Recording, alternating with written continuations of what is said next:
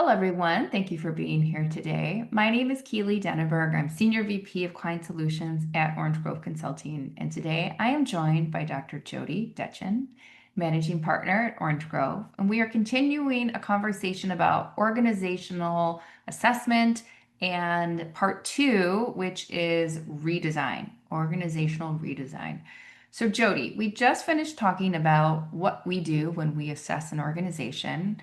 And so now the next stage may be how do we help our clients redesign their organization? And specifically within that, you're going to be talking a little bit about processes.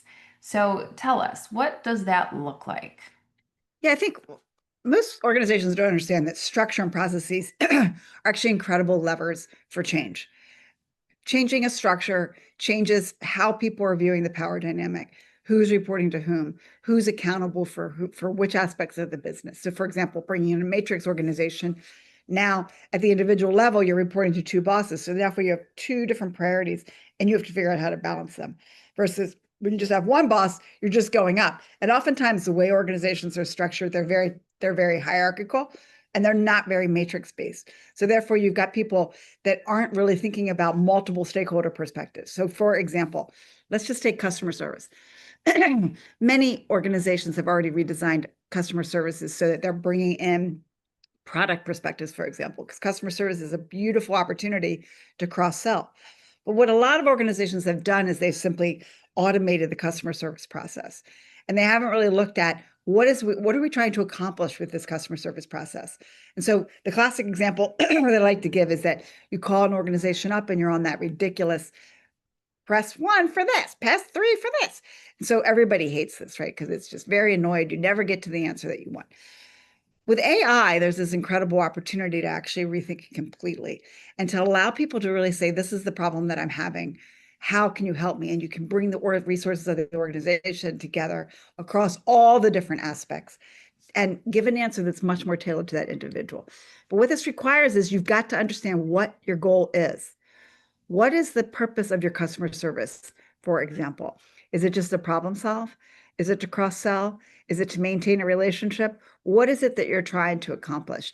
Most organizations haven't thought about this. They have a customer service operation and it just does what it does. And you might have some KPIs, which is how often do you answer the phone? How long are calls? Things that are easy to measure.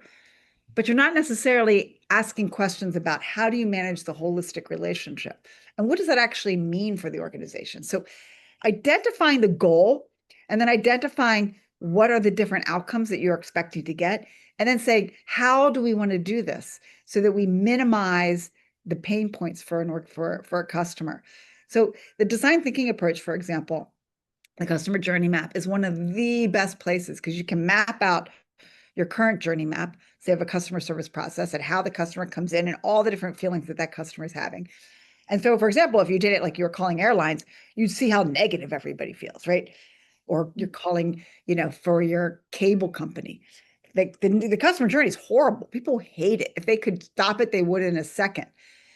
So how do you rethink it? So with a customer journey map, you're really looking at all the different points.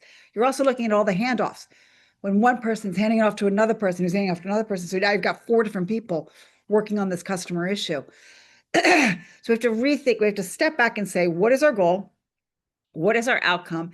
And then what is the best way we could manage this situation, manage this process and rethink it so that it is the most efficient and most effective for both the customer and for us. Excellent. Wonderful examples. Thank you. All right. Thanks everyone for being here. Check back to our YouTube channel for more videos like this one, including one where we talk about workforce planning, which is also something that is done after an organizational assessment. Take care, everyone.